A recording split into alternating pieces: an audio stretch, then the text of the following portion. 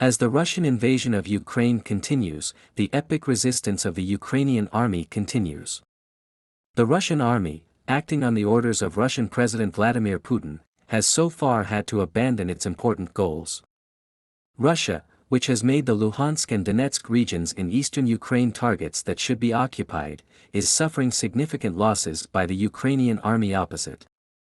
The Ukrainian army, which had difficulty resisting the Russians in many regions at the beginning of the occupation, gained an important position militarily over time. Preventing the occupation of strategic areas of the country, the Ukrainian army stopped the Russians in many areas, as well as prevented the capture of the capital Kiev. The Russian army has so far lost a significant number of its soldiers at the front.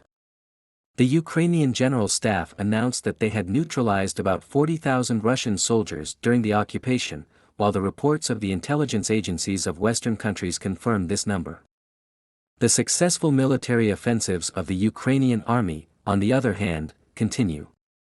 The armed forces of Ukraine destroyed two S-300 air defense systems belonging to the Russian army in the Kherson region. Images of the destruction of air defense systems were posted on social media.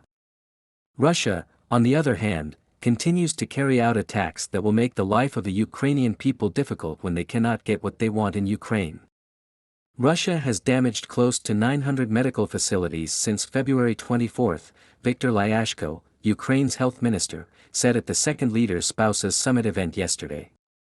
127 hospitals were completely destroyed and, unfortunately, could not be restored. 90 ambulances were shot down and disabled during the rescue. 250 vehicles were confiscated and not returned. 450 pharmacies are damaged and unavailable. 18 medical workers were killed in the attacks carried out by the Russian army during the occupation movement.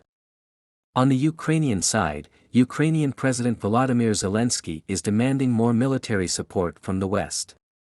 His significant resistance to Russia at the head of his army brings significant support to Ukrainian President Volodymyr Zelensky. Military aid to Ukraine has irritated Russian Foreign Minister Sergei Lavrov. Complaining about the arms aid provided to Ukraine by the West, Lavrov said, "The geographical objectives are now different. The targets are no longer only Donetsk and Luhansk, but also the Kherson region, the Zaporizhia region and a number of other regions," the statement said. Russian Foreign Minister Sergei Lavrov said that NATO member states were playing with fire because they were sending weapons to Ukraine, and therefore announced that they would spread the invasion to wider areas. However, there is no army on the ground to confirm Lavrov's words. After significant losses, the Russian army recruits its inexperienced citizens, for whom it conducts military training for 5 days, and prisoners in prisons are sent to the front in exchange for amnesty. The United States and the European Union are issuing new arms assistance packages and economic support statements to occupied Ukraine. Ukrainian President Volodymyr Zelensky expressed satisfaction with the United States announcement after the new arms aid. Thanking the United States for its new HIMARS Sakyat, Zelensky expressed gratitude to the President of the United States Joe Biden for his ally. "It is very important, powerful weapons will save the lives of our soldiers, accelerate the liberation of our land from the Russian aggressor," Ukrainian President Volodymyr Zelensky said on his social media account Twitter.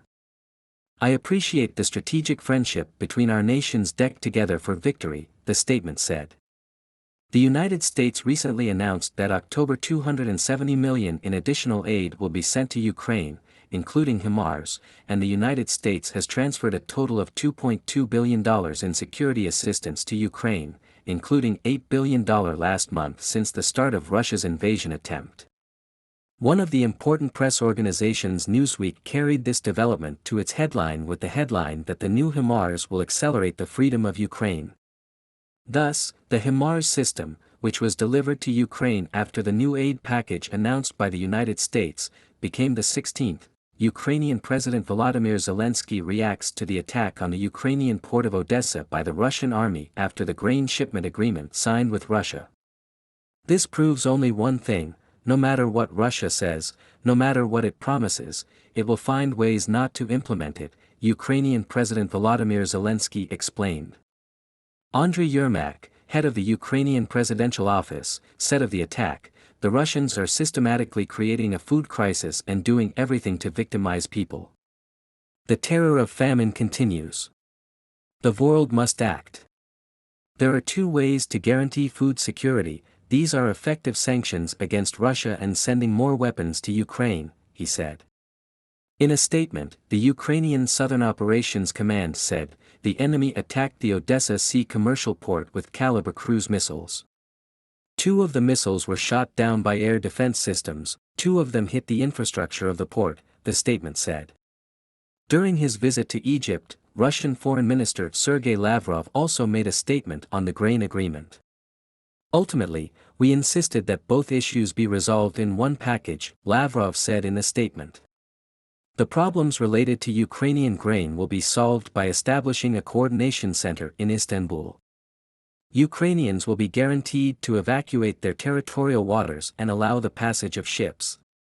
Russia and Turkey will ensure their security with their naval forces during their crossings on the high seas," he said. Russian Foreign Ministry spokeswoman Maria Zakharova and the Russian Defense Ministry confirmed that the Russian Federation attacked the port in Odessa.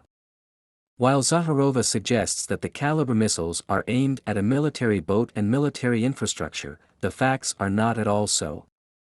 The footage from the area shows that the Russians did not hit military targets.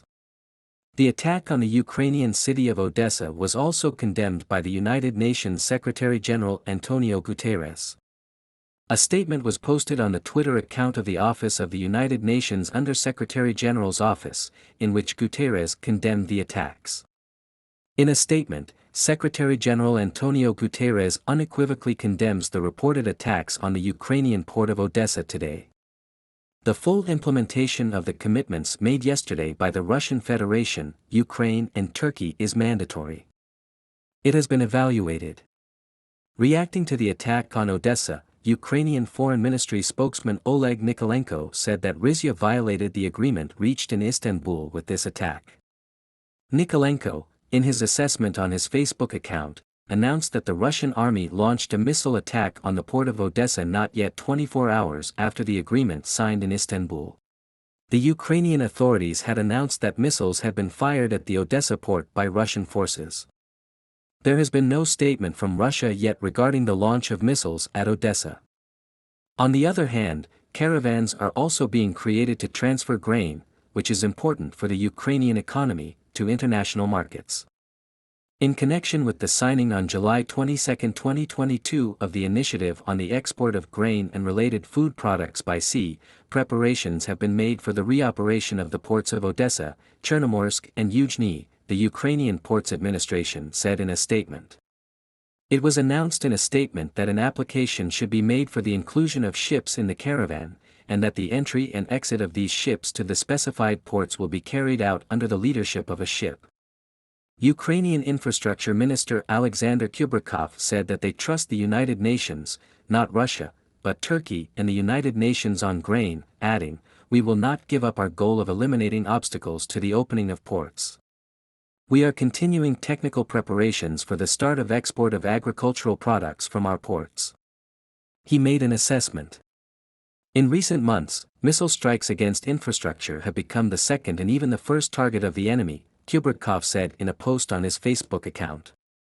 Dozens of missiles are fired at railways, bridges, oil storage facilities and ports every day.